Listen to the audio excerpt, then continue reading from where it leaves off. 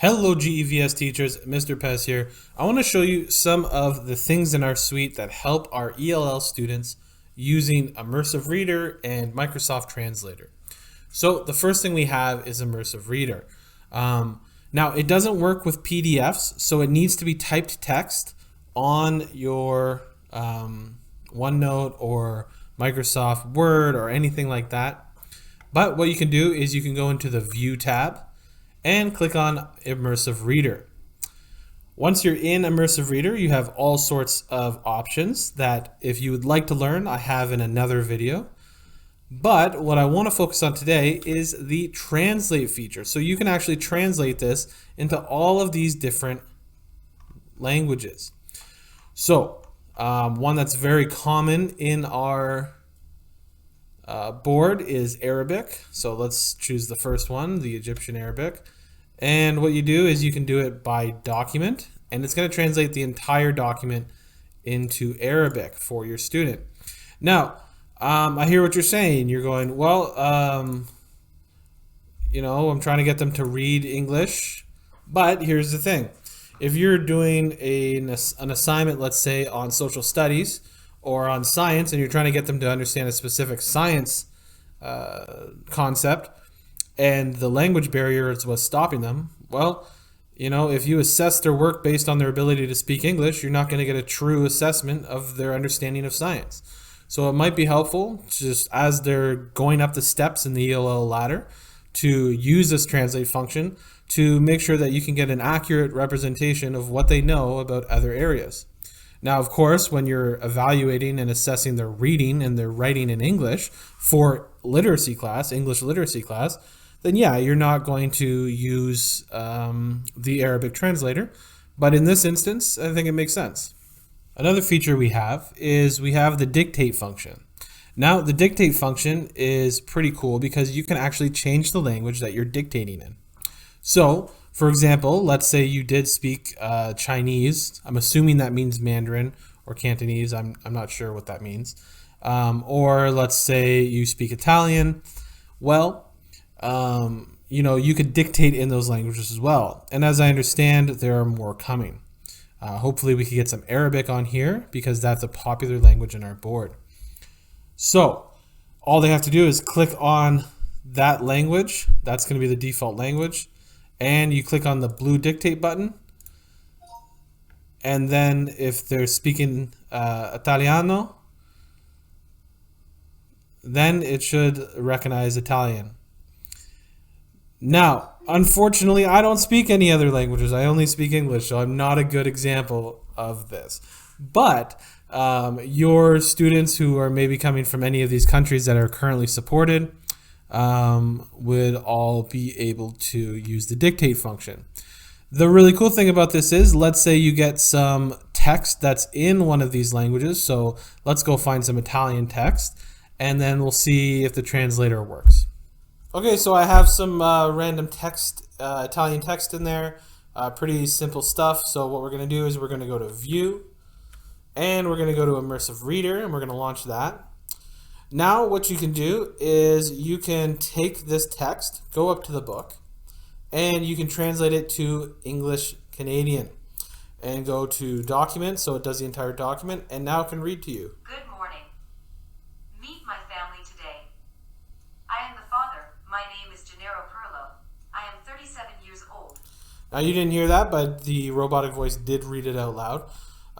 So you can see English and the original, so you see the original text. Now it's not perfect. Of course, translating doesn't always get the grammar perfectly. But if you're in a pinch with a student and you're having a hard time explaining something, or they're explaining, a fantastic story where they're pulling on their experience, but they can't say it in English, well, this is a good alternative that you can use. Similarly, if you want to assess something that's not directly their ability to read and write English, which is most of our assessment, right? You have the opportunity to use it here. So that is how you can use the dictate function and then the Immersive Reader to have students, let's say your literacy assignment is to give your analysis on what happened in a book. or maybe your literacy assignment is to write a scary story. Now, you want to test that, or you want to assess that they're able to, understand plot structure and understand characters and things like that. You're not assessing their ability to read and write English at this point. I mean, that's a part of it, absolutely. But if you want to get those finer points of assessment, this is an opportunity to do that. It gets at the entire learner, not just what we can understand through the filter of a language. So another pretty cool app that Microsoft has that you have access to, but it doesn't appear in our app catalog for some reason, is the Microsoft Translator.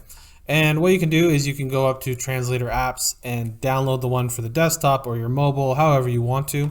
I already have mine on here, so I'm just going to find it. And then there's a couple cool options here. So you can translate something here into different languages, but then there's also the conversation mode. And what this conversation mode allows you to do is to have a text and voice conversation with someone else. So what you can do is you can either join a conversation by typing in the code, or you can start a conversation. So I'm going to make my name, I'm going to make my language, let's make my language French. I don't speak any French, so this will still be not ideal. Okay, so I am going to sign in on my phone as somebody else. And what the students can do is, when they have the Translator app as well, is they can type in this code, or if they're using a tablet or a mobile, they can actually scan the QR code. So that's what I'm going to do, is I'm going to scan the QR code, and it's going to ask me my name. I'm going to make it student.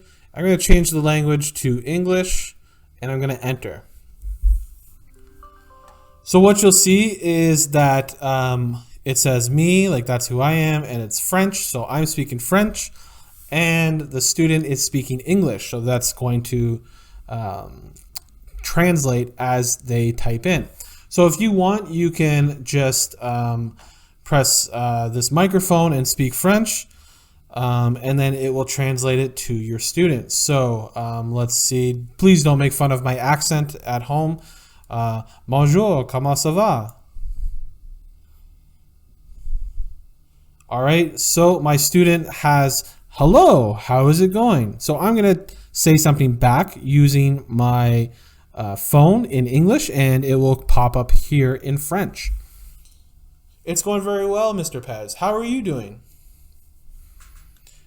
Now, I don't speak French, so I can't speak to the quality of translation.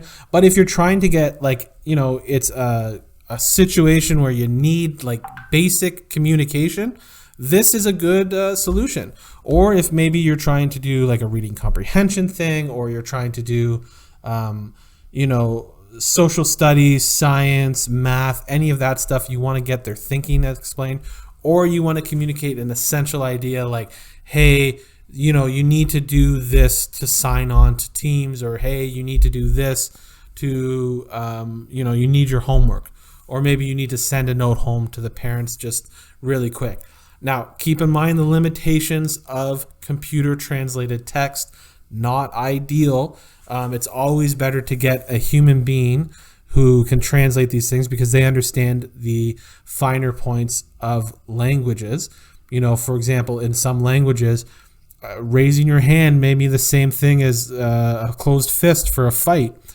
So you don't want any miscommunications with parents like that.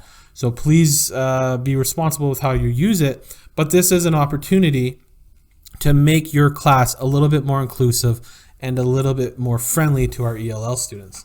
Same thing. If you are, let's say you want to translate, let me just close the conversation here. Let's say you want to translate some conversation or some instructions on OneNote. So you want to take something in English and put it in Arabic, and you want, so you want to go, finish the assignment by 10:15, right? So that's something that you can do for your students. You can copy to the clipboard. Now take that to your OneNote, and you can put that above. So it says finish the assignment by 10:15, and then you can put English with it.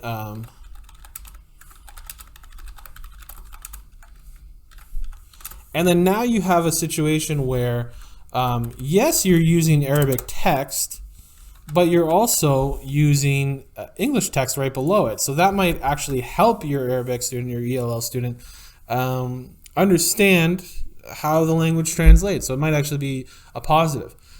Keep in mind, modern ELL teaching is all about using all of the capacities of our students.